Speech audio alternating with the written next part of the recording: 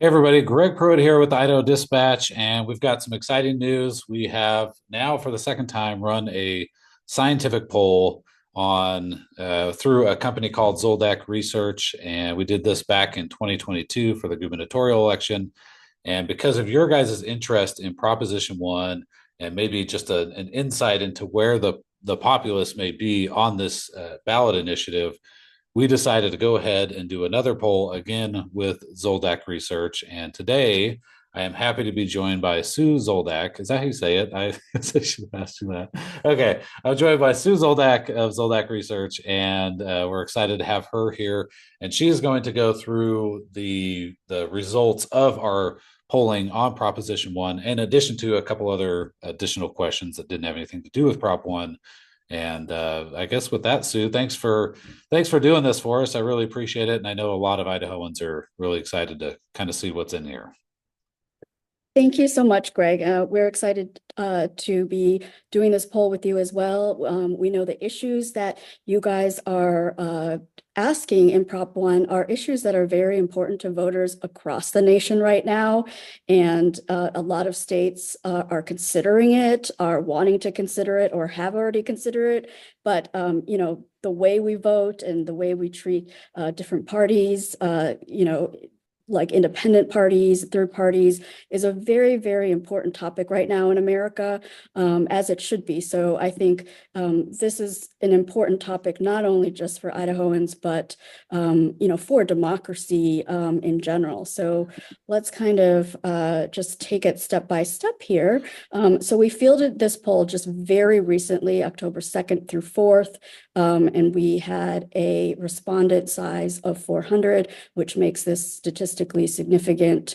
We made sure to, just so people often ask this, we made sure to match the respondents. We asked the poll of more than 400 people, and then we make sure we collect a respondent field that matches demographically the people who went to the polls in Idaho, who are voters who this time we matched it to the previous presidential cycle 2020, but we also had enough respondents that we were also able to kind of take a look at what it would look like if the turnout more matched 2022. So we'll talk about that a little bit later, but people always ask, how do you know that these results are accurate, and who did you ask the poll to? And we make sure that we match that not only by age, household income, gender, race, party ID. So we make sure it is a random sample of people who match the people who would actually go to the polls. So it's not like, we asked just 400 females this question, or, 400 people who are under the age of 25 this question, or whatnot. So just kind of take that off the table right off the bat. Yeah, and I guess before you get too deep into that, just real quick, we also asked you to make sure, because this is such a charged issue. We said, look, make sure the questions are not as unbiased as possible, right? It's not a push poll. We weren't trying to get you to push in any direction, and I made that clear, right? I was like, please make it like that. And you guys did a really, really good job, I think, developing Mhm. the questions and making sure that they were fair to all the sides. And we use the language that is Yeah, we use the language that was on the ballot itself. So you correct. won't see is on the questions that you see on the slides are shortened versions just for the sake of the slide, because Yeah, otherwise the slide would be covered with text and you wouldn't be able to read it. But the actual question that was in the questionnaire was pretty long in text, and that's because it matched exactly the question as you would see it on the ballot. So I correct. also want to rest assured that way. And then we also did a final test, kind of a little trick of the trade, if you will, where we asked people at the beginning of the poll how would they vote, and then we asked them again at the end of the poll how they would vote. And that's not because we wanted to test them to see if they're honest. That is to test us, to see if for any reason our language pushed them in any way. Like, did we sway people through the course of the poll itself?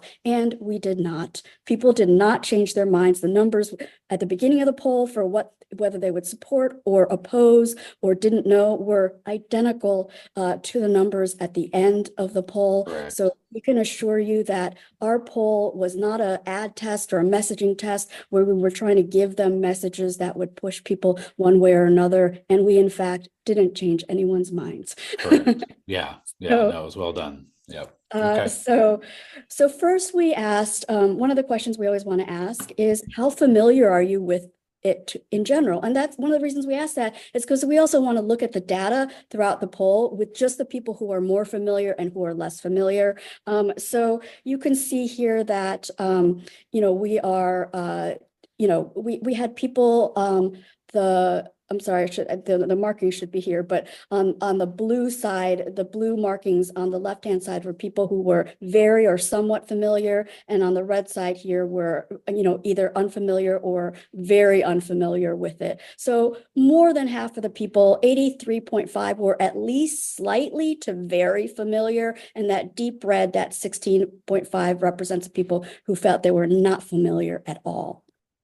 And so then obviously this is the meat of it, and then we're going to dive deeper.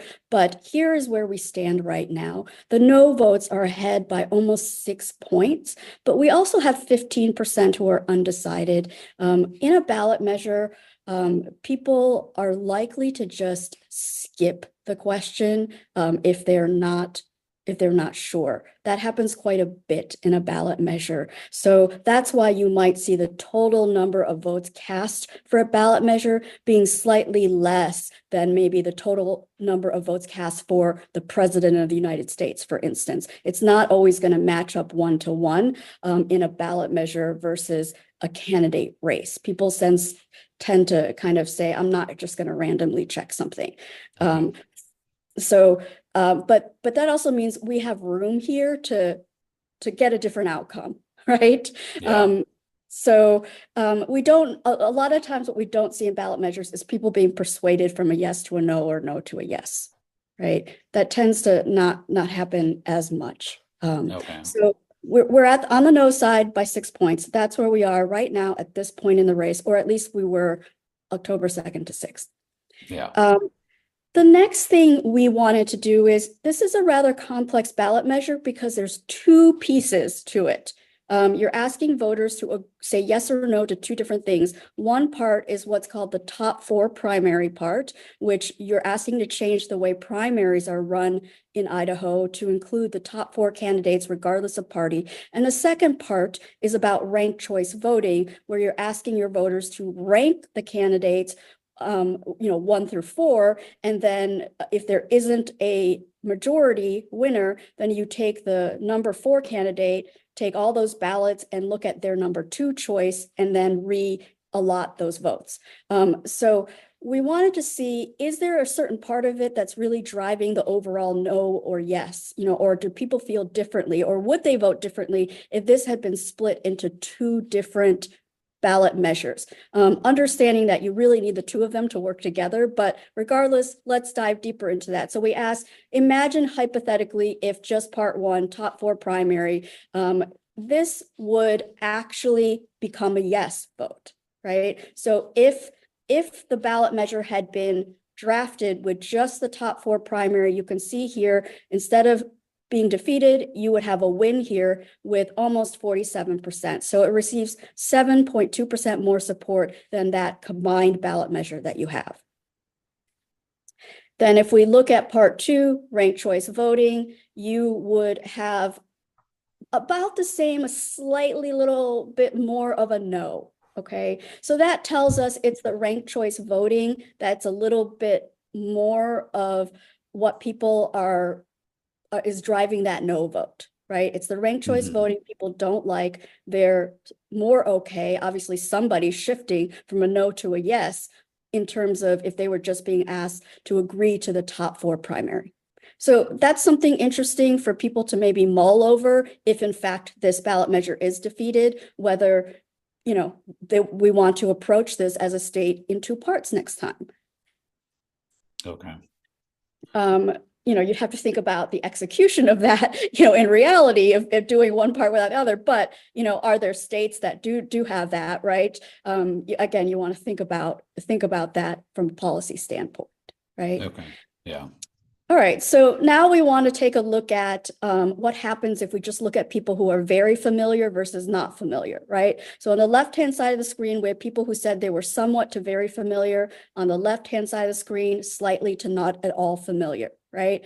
So it's much closer to being, we have, and this is obvious, right? People are undecided, right, when they're not familiar with it, and they're very clear what they want when they're very familiar, right? And this is true of most ballot measures, especially, again, one that's as complicated as this. When you look at the text of the full ballot measure explaining part 1 and part 2 of it, it's a long ballot measure. And so I just say this to everyone who's out there educating on the ballot measure: make sure people understand what it is, because don't expect people to go to the poll and read through it for the first time, having never heard of it, and then being able to digest that and come up with a yes or no. People tend not to do that and be afraid to then cast their vote the wrong way. Because we all know that sometimes ballot measures are drafted so that a no means yes to something and a yes means no to something, right? We've all encountered ballot measures like that. Yep. And so people are wary of that, and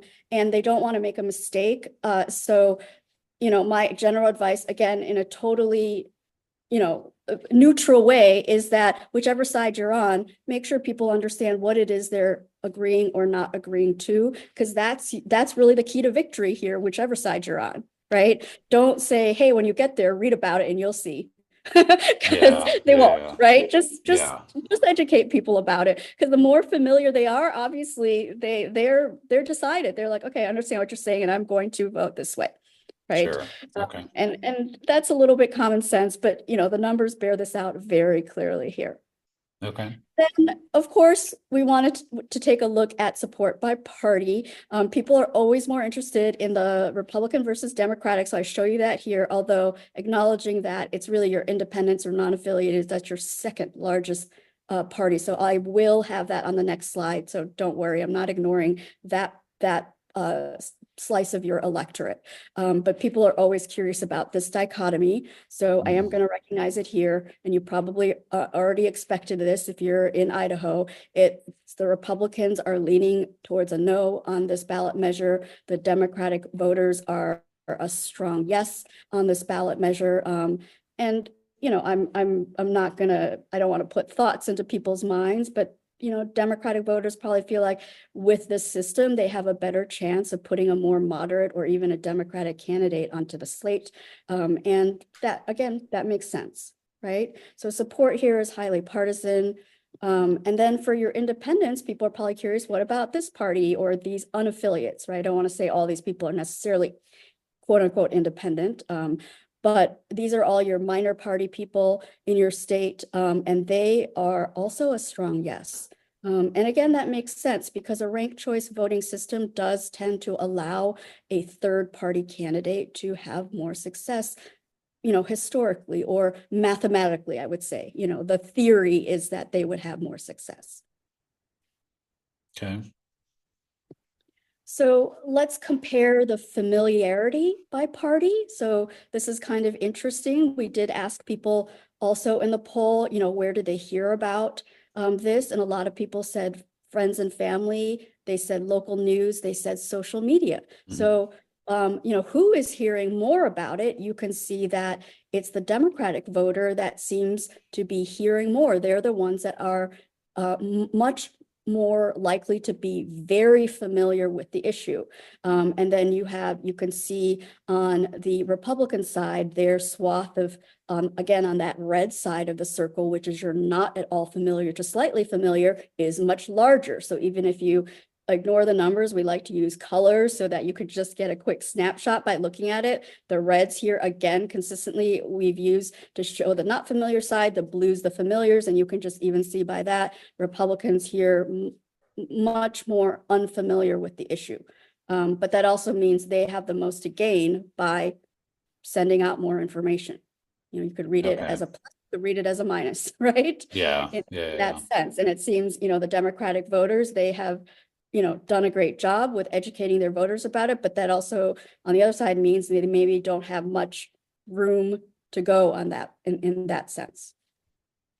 For independents, they're very familiar with the issue. So they kind of fall in line with the Democratic voters, electorate in that sense. They've been well informed. They're familiar with it. That also makes sense to me because, again, ranked choice voting is something that third parties discuss all the time as a policy solution for them.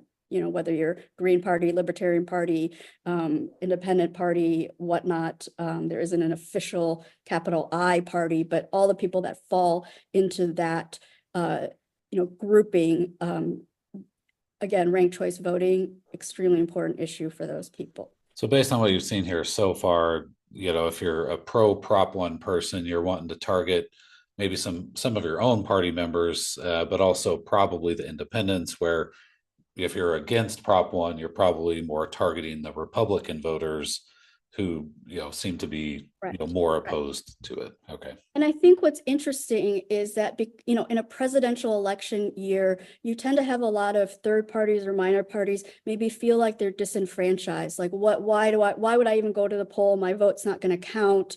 It never matters. In fact, my vote might be a spoiler.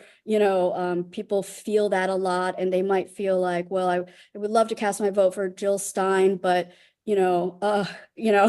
right? Like, I wish that could mean something. Yeah. And maybe they don't, you have a horrible thunderstorm that day, maybe that independent doesn't go out, right?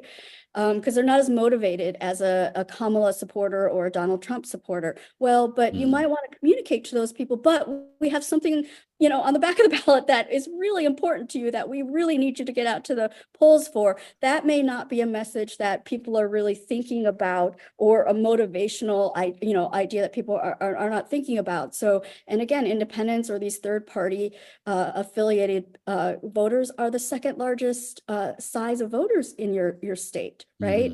Yeah. So, thinking out of the box a little bit like that, like who's speaking to those people, right? And who's speaking to those people collectively? I'm not familiar with all the people who are advertising or doing door to door in your state, of course, but again, I think let's not ignore all the different kinds of people that may have a stake in this ballot measure, either winning or losing. Yeah. Okay. Interesting. So what we wanted to take a look at here is just the people who are the top, what we call the top two box, were very or somewhat familiar, which was about 200 people, half of our sample size, which is still a pretty good sample size. And we wanted to see, let's take a look at how they would vote. And sure enough, the people who are very familiar are your top no's and your top yeses. Like, take a look at, just as more familiar you are, that jumped up the no's in the Republican side by 10% and the yeses by almost 10%, by 9%. So just, again, a little bit of education, a little bit of familiarity here, your numbers jump by 10%, right? Wow. And does that hold true for our independents? Sure enough, 51%. For the average person, 61%, yes, for the very familiar to somewhat familiar. So again, that's a pretty big distinction, right? Yeah. And so again, this is something where, it is clear cut that education matters in this ballot measure, right? We're talking about moving numbers by 10%. And then we wanted to take a look at, again, top four primary by party IDs. Again, we kind of talked about this, but, top four, if we were just to talk about the top four, that actually decreases the Democratic support, but it increases your Republican support for that. And so we also, we'll just kind of wrap up here with just a few other little tidbits that we found. So the support tends to decrease with the age of the voter. So this is a concept, the ranked choice voting and the top four, this ballot measure seems to appeal to the younger generations. You may just say, younger people are more open to change. But I also think, we're in a political climate where people are fed up, right? Younger people feel less inclined to like how things are going. But this is an important trend that we found here, is that age does matter in the support here. Yeah.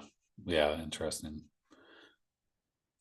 And then the other thing is that the only other demographic that we saw a distinct trend by is by household income, which ironically usually goes the same direction as age, but in this case, it goes the opposite direction, where support increases with the household income, right? Usually we have age and household income kind of moving in the same direction because those two numbers usually move in the same direction. Yeah. Um, but here we're seeing the opposite, where people with a higher household income, which also again tends to match your education level, going in the same direction. And then when we looked at education level, we did not see a strong pattern one way or the other. So we have some kind of curious demographics pointing out. So again, I don't know how much weight to put in this, but I thought it was important to just show everyone that the two demographics that we did see kind of a particular, pattern one direction or the other were household income and age.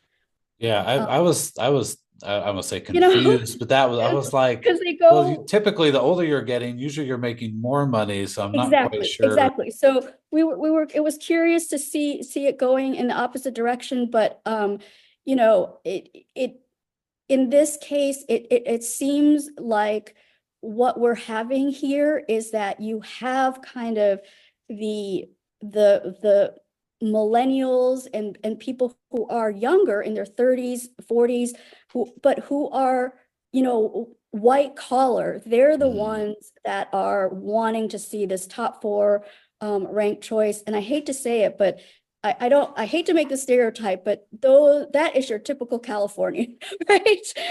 And they might be familiar with their jungle primary or right? You guys have had Yeah. a lot Okay. of Yeah. influx of Yeah. young families from California. I know this is a sore subject for some people, but if you were to, hold me to like making as a data person, a haphazard guess, like who are these richer young people who want ranked choice voting Yeah. at top four? I would say maybe a Californian, right? Yeah.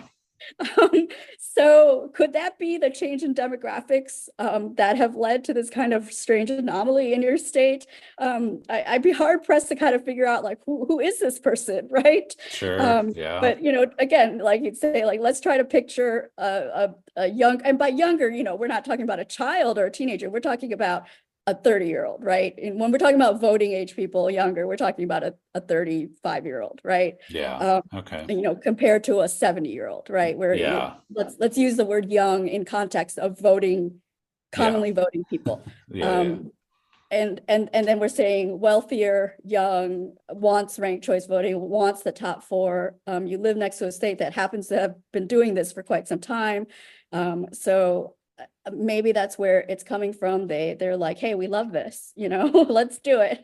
Okay. That makes as much sense as anything I could come up with. I I know really didn't. unless we physically ask that question, there is no I don't have a truth to it, so don't hold me to that. But Sure. I Yeah. do think there's that category of young professional that sees some kind of equality to that process, right? Okay. It's a little bit more of a social fairness, I think, that they might agree to, right? And then Okay. here, like I said, we did ask this, where did you hear about it? You can see what pops is social media, local news.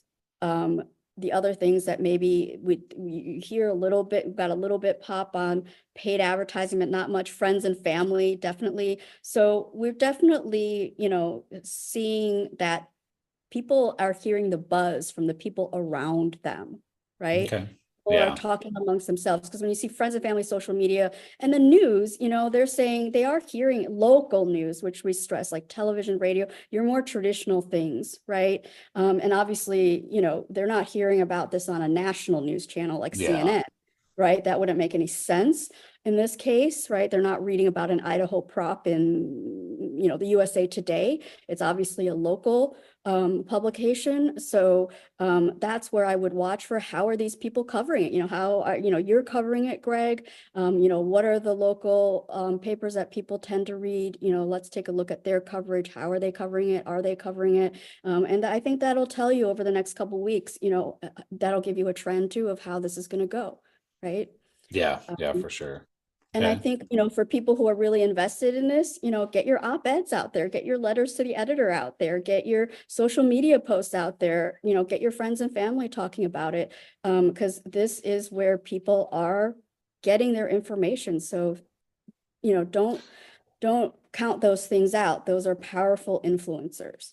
Yeah. Well, and like I said, I mean, the governor came out and in opposition, and whether he came out for or against, you would think that the top elected official in the state covering the issue would have been like headline news everywhere. And I'm still the only, I think it's almost been 2 weeks, and I'm pretty sure I'm the only one that's done it. It, And it, so, it's it's amazing though people care more about what their friends think about something than the mhm. governor, right? Yeah. Or they might care more what Jennifer Lopez thinks about something or Taylor Swift thinks about something than the governor. So it's Yeah. just your voice matters, like your individual voice matters to your friends and your family. So if you care about an issue, say something, right? Yeah. It does matter. You can change the policy and therefore the lives of people around you by Mhm. speaking up. And that's why I love what I do, is that I just want to encourage, no matter what side you're on,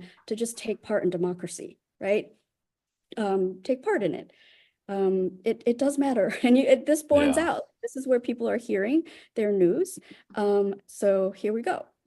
And then we always ask these two questions just because we can include them and it's always interesting to know, especially at this point in time, we're in a presidential election cycle. So I'll just conclude really quickly with our two general poll questions. Do you feel like your state is going in the right or wrong direction?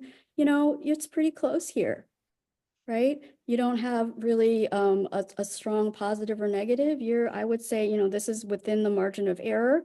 So you're at a pretty close right or wrong direction. And And I mean, what would you think would be I mean, obviously it's a heavy Republican state, mhm. and the wrong direction's almost, and like you said, statistically, it's the same as the right direction. And so obviously I would assume most Democrats are probably saying we're going in the wrong direction, while most Republicans you would think would say we're going in the right direction. I mean, why the, You know, disparity potentially?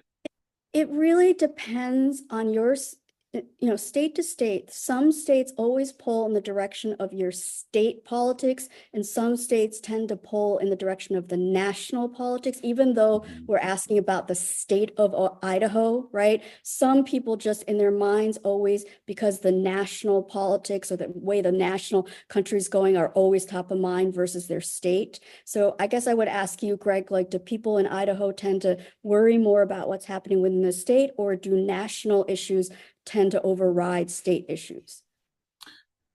Golly, that's a tough question. I mean, when it comes to elections, I'm sure you know this, most people are always paying attention to the presidential, and Yes, then it kind of works down from there. yes, And when you get to yes. city council and county, they're like, what's that? What they don't know. So I, I um I would agree with that. Like usually in a presidential year, no matter whether I boldface capitalize the word Idaho, they're gonna go right wrong direction based on the White House, whether they like the White House, oh, right? Because interesting. Okay. they'll blame how well Idaho is doing on the president, right? They'll Sure. say gas prices are high or groceries are high. They don't blame the governor for that. They blame President Yeah, yeah, Biden or not, right? yeah. Okay. I mean, they're more likely to blame the Federal Reserve for that than their governor, right? Sure. Yeah. Whether that makes any sense or not. And sometimes that doesn't make sense. But like they point towards DC, and like it's those DC people that like my groceries have gone up.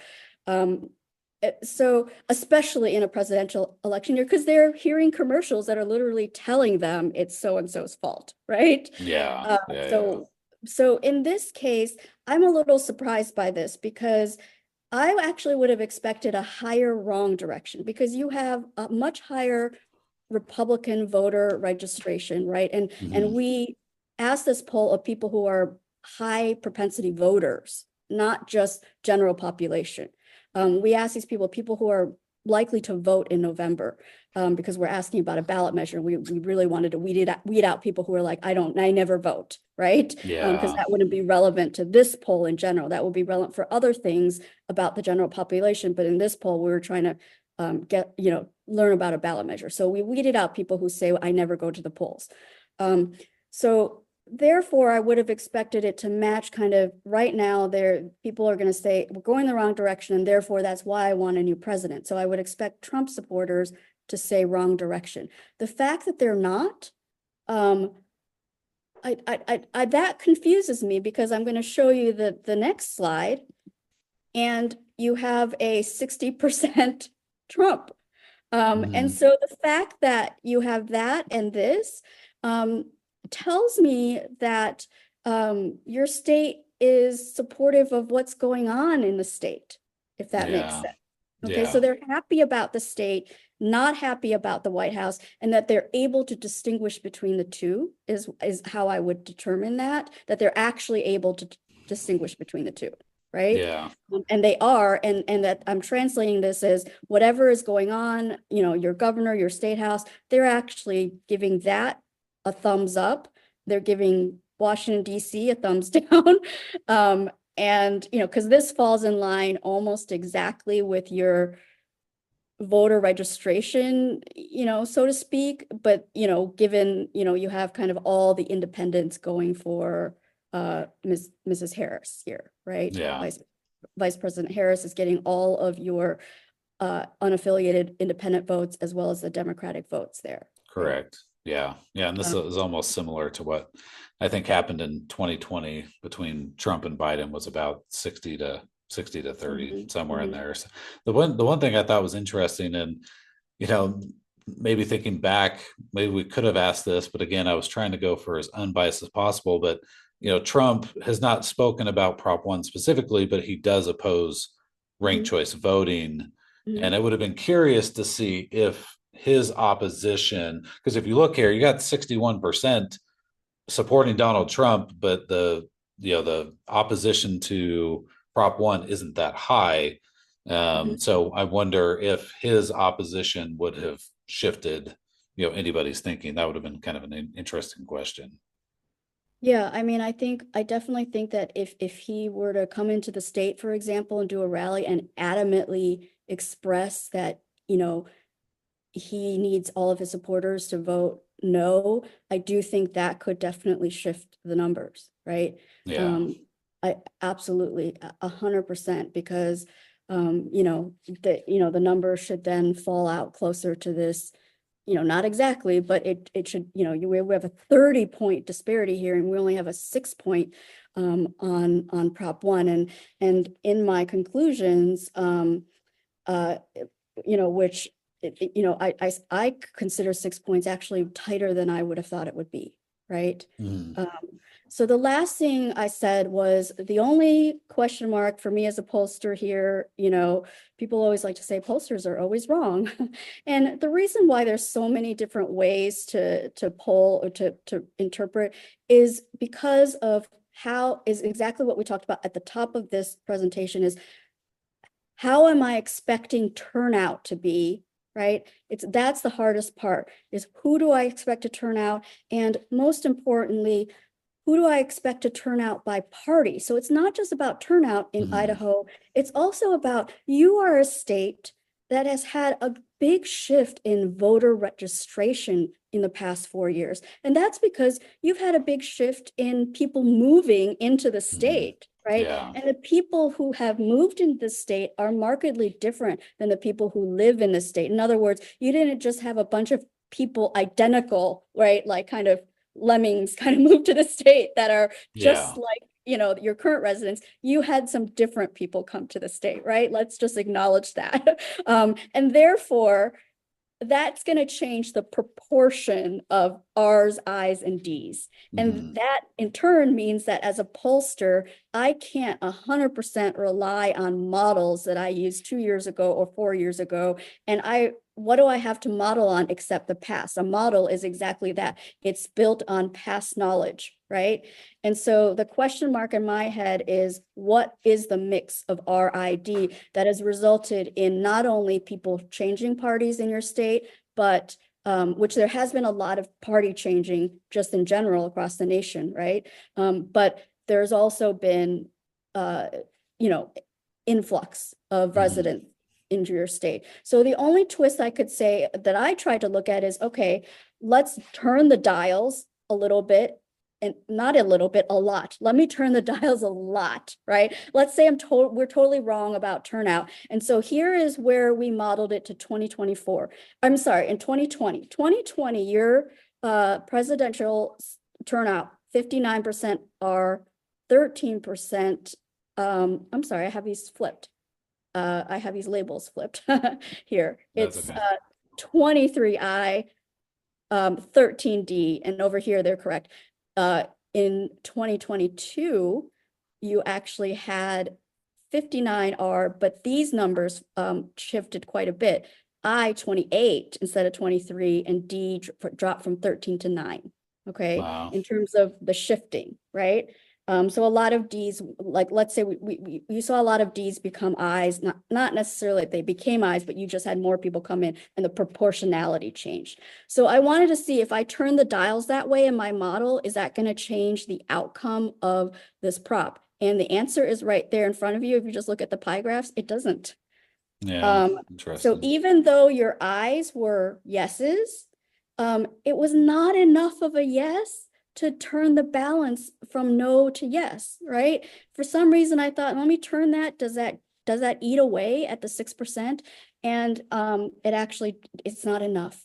Yeah. And so people think, oh my gosh, you can turn these dials and like the numbers like can like, you know, Shift vacillate dramatically. dramatically. Yeah. The math doesn't quite do that. It would have had to been like the independents would have had to been like 99 to 1 or something for the numbers to shift. And even then, I don't know if it would. But they Wow. weren't. I mean, they were more yeses than nos, right? We saw that, but they weren't enough, right? They weren't enough of a dichotomy to push the numbers. But again, Greg, like we can hop on this line the day after November, and Yeah. I'm sure people will eviscerate me in your comment section one way or the other. But I'm just here to try to give everyone a peek underneath, like how does a poster work, or how do we come up with these models? It's art and a science, right? And this is how we can be right and wrong with the same set of data. I'm not changing people's responses. I'm just changing my Yeah. mathematical model.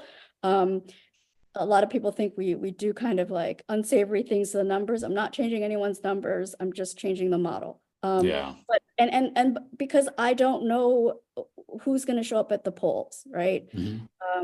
It could rain, people show up differently. So that's where the question mark is. I think I'm going to stand behind my numbers that despite the shift in your demographics on voter party ID, I think you got a pretty firm numbers here. It's going to be a no, but not by a ton, not by as much as people might think. Yeah. Yeah. Okay. Wow. Well, I think this is really, I think all sides of this issue can take something from here and go, okay, here's maybe how we can message differently, and here's how we can message differently. And I definitely think both sides could come out of this with some benefit. And I think the voters overall will be pleased just to kind of see where things are and see what they can do more or less of or whatever. So, but yeah. Definitely, definitely. And then, yeah, we'll have a press release or kind of a little article that'll come out in the next day or two that people can read this in a more condensed written format. And, people have questions. I'm sure they'll reach out to you and we can help answer Yeah. those. Awesome. Well, I appreciate you taking time, Sue, out of your busy day and over on the East Coast where we don't like to be. Yeah, we like our Idaho. We like our Yeah. Idaho here. So, but no, we appreciate you taking the time to do this. I think it was worthwhile for sure for us to get this information out for voters. So, Yes, no, definitely, always a fascinating project and always great to work with you, Greg. And, we'll see you on the other side. awesome. Thank you. Okay, thank